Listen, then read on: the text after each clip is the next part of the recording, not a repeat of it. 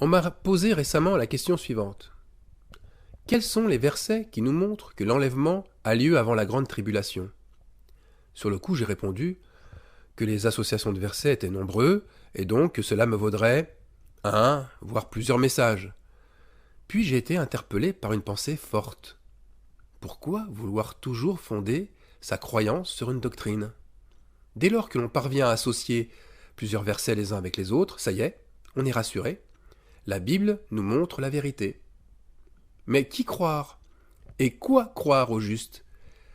Il y a des versets que vous trouverez qui montreront à coup sûr que l'enlèvement est avant les grandes tribulations. Mais vous en trouverez d'autres qui vont vous montrer que l'enlèvement sera plutôt pendant la grande tribulation. Et puis bien sûr aussi, vous en trouverez d'autres qui vous montreront que l'enlèvement est post-tribulation. Alors, à qui se fier? Sur quelle doctrine baser sa foi? Tous les grands prophètes de l'Ancienne Alliance, comme Osée, n'ont pas arrêté de dire que le peuple de Dieu mourrait, et qu'il mourrait par manque de connaissance et par rejet de la connaissance. Ézéchiel, Jérémie ou Ésaïe, tous les trois, ont eux aussi affirmé de la bouche de Dieu qu'Israël, aujourd'hui c'est l'Église, est un peuple au cou raide. Cou raide, ça veut dire qu'il n'est pas humble, qu'il ne va pas s'humilier. Et ce peuple ne connaît pas Dieu. Il est dépourvu d'intelligence et de sagesse. Israël et l'Église ont la loi. Ils ont la loi avec eux, mais ils n'y comprennent rien, du plus petit jusqu'au plus grand, du simple serviteur au prophète ou au roi, du croyant au prédicateur, ils n'y comprennent rien. Alors, qui est intelligent aujourd'hui pour nous dire ce que nous devons croire? Qui a le plus de clairvoyance et le plus de connaissance des Écritures saintes pour nous instruire au mieux?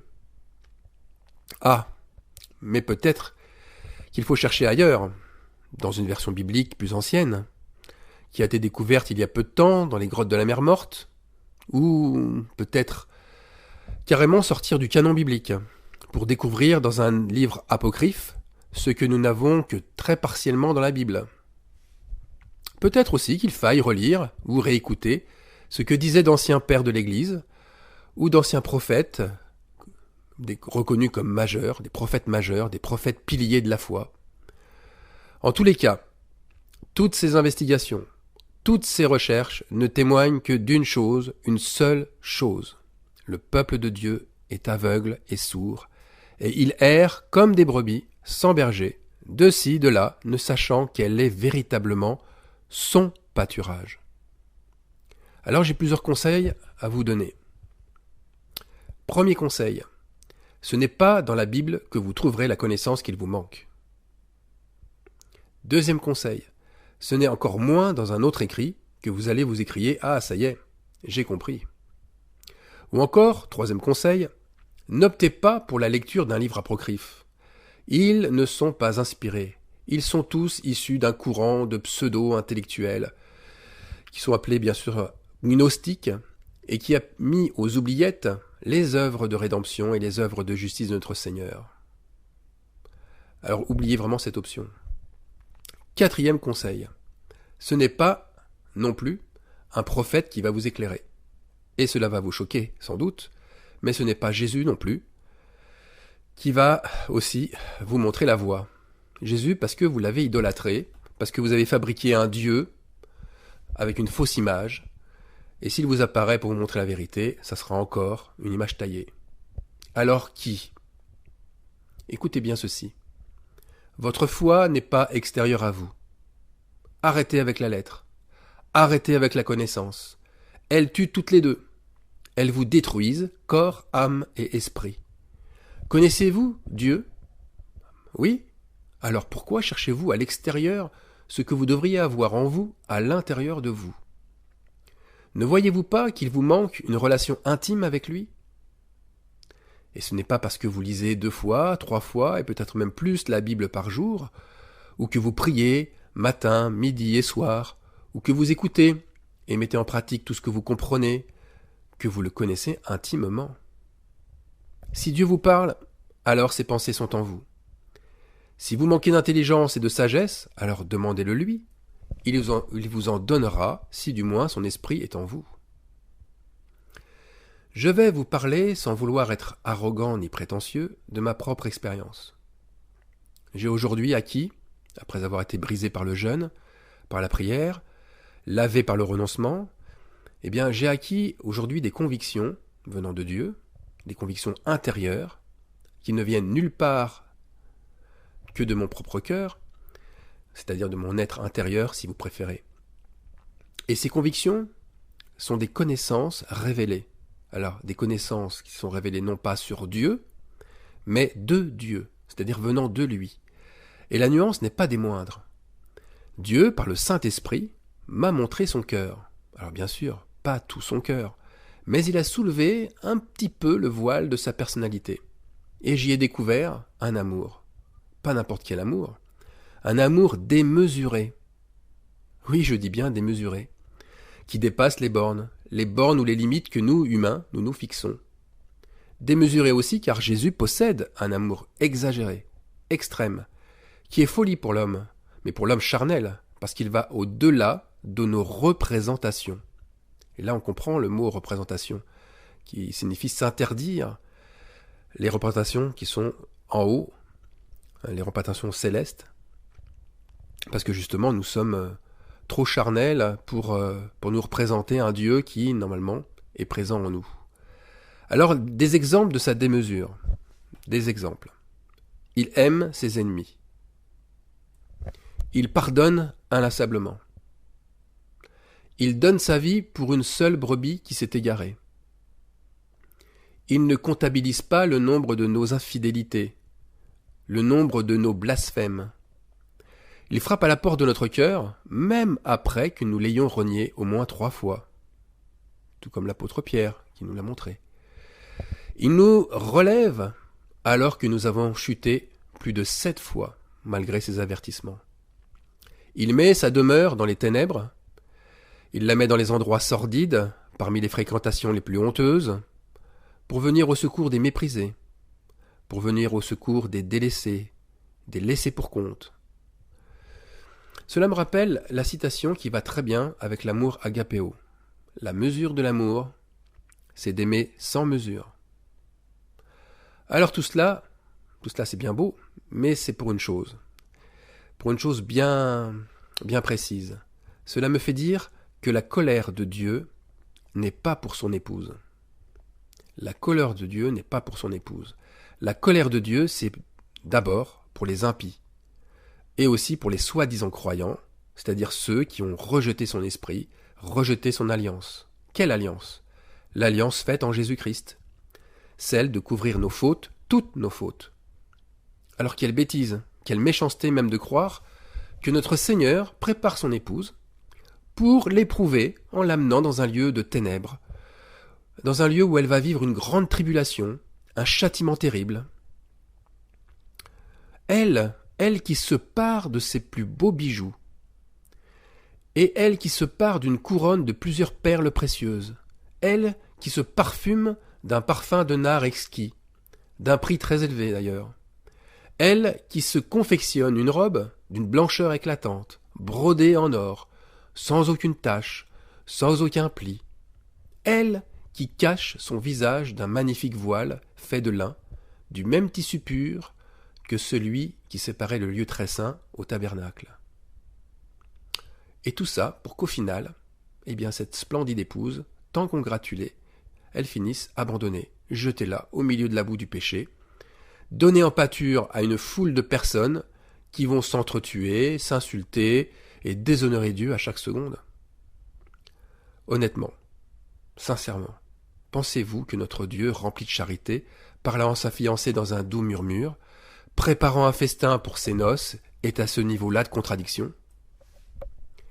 Si vous êtes ne serait-ce qu'une seconde habité par ce doute, alors arrêtez de méditer, posez votre Bible, arrêtez ce que vous êtes en train de faire, arrêtez tout, et partez le plus rapidement possible, dans un endroit, alors isolé, seul, coupé du monde, de toute relation, puis mettez-vous à genoux, mettez-vous à nu devant le Seigneur, et pleurez sur vos péchés, invoquez-le, mais invoquez-le par des supplications et des remords, demandez-lui pardon pour votre insolence et votre mépris. Enfin, qu'il vous envoie l'esprit de repentance. Faites-le, je vous en conjure, sinon vous tomberez avec ceux qui tombent, et vous périrez avec ceux qui périssent. Alors nous sommes faits à l'image de Dieu. Nous sommes faits à son image. Et je reviens à mon expérience. Comme beaucoup de croyants, je me suis fiancé pendant 1 an. Et je voulais honorer mon futur mariage en montrant à Dieu et à ma future épouse, bien sûr, la confiance que je leur faisais à eux deux. C'était une année de bonheur. Mon cœur battait très fort pour ma fiancée. Je ne savais pas quoi faire pour lui plaire et pour la séduire encore plus, pour attirer son attention et sa bienveillance sur moi. Alors nous avons appris à nous connaître pendant tout ce temps, en se désirant l'un l'autre mais sans aller plus loin, respectant trop la pureté que représentait cet engagement qui était saint et unique. Et la moindre épreuve, le moindre tracas de ma fiancée, c'était pour moi beaucoup plus qu'un déchirement. Tout ça pour en revenir à Dieu. Et Dieu alors, est-il si différent de nous ? Notre fiancé, agit-il autrement avec sa fiancée ? Nous sommes ses enfants, et maintenant beaucoup plus, en étant conviés au repas des noces. Connaissez-vous un fiancé qui vient consoler sa future épouse au moment du mariage, à cause des châtiments et des punitions qu'il lui a fait subir pendant le temps de sa promesse ? Connaissez-vous un fiancé qui vient essuyer les larmes de sa fiancée en lui disant que maintenant, il a vraiment confiance en elle, que toute cette souffrance et ces abominations qu'elle avait vécues pour lui sont des preuves de son amour ?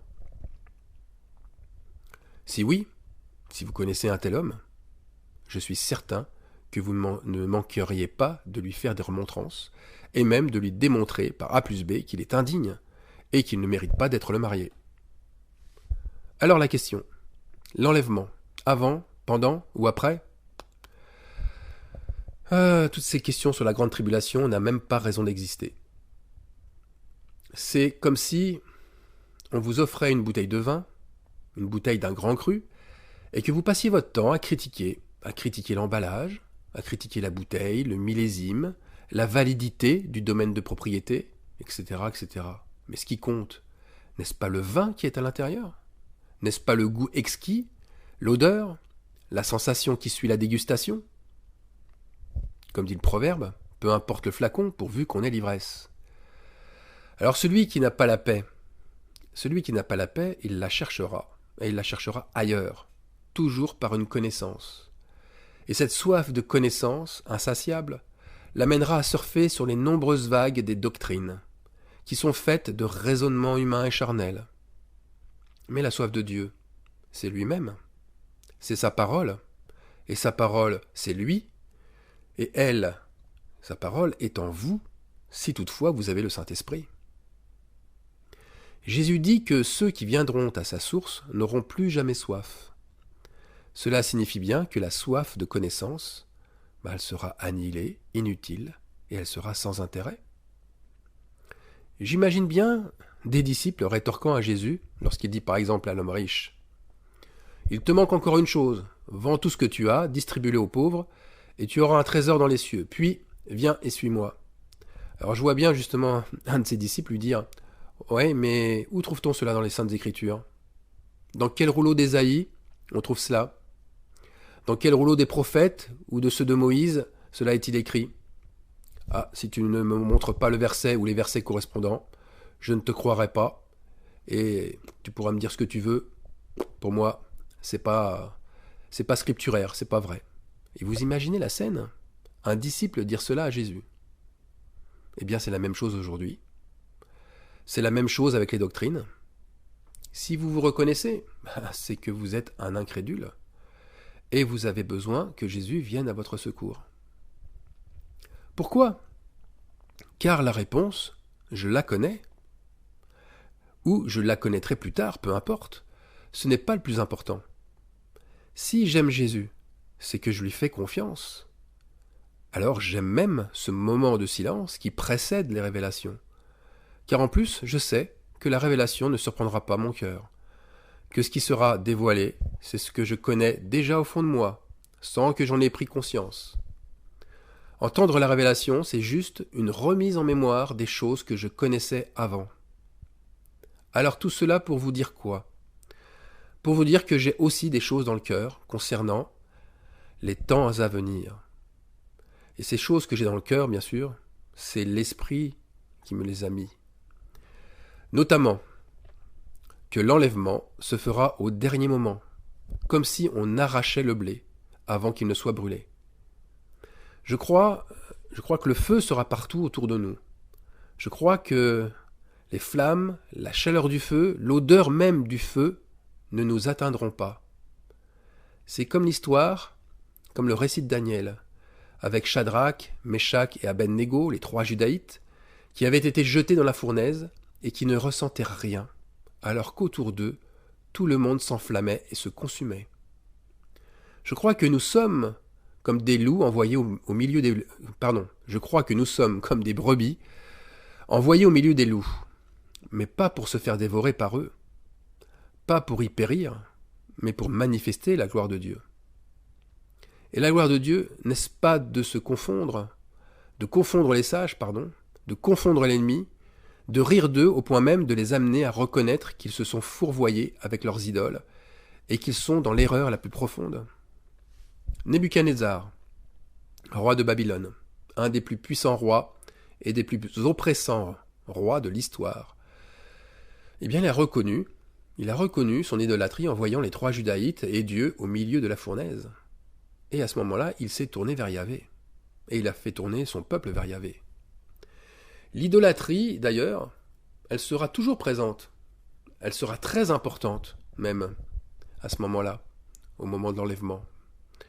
Mais elle ne touchera plus les élus. L'ennemi, c'est sûr, il rôdera et sera à l'affût pour dérober à l'époux sa bien-aimée. Mais il arrivera là encore trop tard. Alors, pourquoi Jésus attend-il le dernier moment, la dernière heure, me direz-vous ? Eh bien la réponse est toujours celle de l'amour. C'est dans l'amour que l'on trouve les réponses avec notre Seigneur. Car connaissant l'amour de Jésus, moi je sais qu'il attend patiemment que tout le blé arrive à maturité, que tout le blé soit prêt pour la moisson, qu'aucun élu ne sera perdu, aucun élu ne sera oublié. Et la précision divine est à ce niveau-là, à la seconde près, au millième de seconde près. Là aussi, il y a 2 visions. Il y a 2 regards sur les événements qui vont se produire. Le premier regard, que j'appellerais un petit peu un regard réflexe, c'est d'être impressionné par la scène. Des hommes, des femmes, des enfants, au milieu d'une fournaise, qui brûle 7 fois plus fort qu'à l'habitude. Ils sont là, au centre d'un feu impressionnant. Impressionnant en hauteur et en volume, prêt à être brûlés vifs. Ça, c'est le premier regard. Le deuxième regard, bien c'est celui de la foi, celui du cœur. C'est de voir la joie, la louange de ce peuple au milieu des flammes, se réjouissant d'être avec leur roi, avec le roi des rois. Alors pour conclure, la doctrine de Christ, elle est en nous d'abord. Si nous avons le Saint-Esprit, c'est lui qui nous enseigne sa loi, c'est lui qui nous enseigne ses mystères. Donc, arrêtez de courir après les connaissances. Elles ne vous rassureront pas. Vous aurez toujours besoin, et encore plus, et toujours plus, d'informations et de preuves, car vous aurez toujours un doute qui subsistera. La seule et unique paix et la seule et unique vérité réside dans un cœur repenti, converti, prêt à tout sacrifier pour son bien-aimé, l'élu de son cœur. Celui que nous aimons veut établir son tabernacle en nous. Il veut le faire en vous aussi. Mais il ne violera pas l'entrée de votre cœur. C'est à vous et à vous seul d'actionner la clé pour lui ouvrir la porte. Voilà, je prie le Seigneur afin que son amour qui est démesuré, vous amène à fléchir les genoux, à ouvrir votre porte et à voir que la révélation est en vous, qu'elle n'est pas à l'extérieur, et que vous arrêtez de courir après toutes les connaissances pour savoir que la connaissance, elle sera révélée au moment où il faut, mais que vous êtes dans la paix, et c'est dans cette paix-là que réside toute chose, que l'enlèvement se fera et que la préparation à l'enlèvement se fera. pas dans des recherches effrénées, mais vraiment dans le calme et la sérénité. Amen.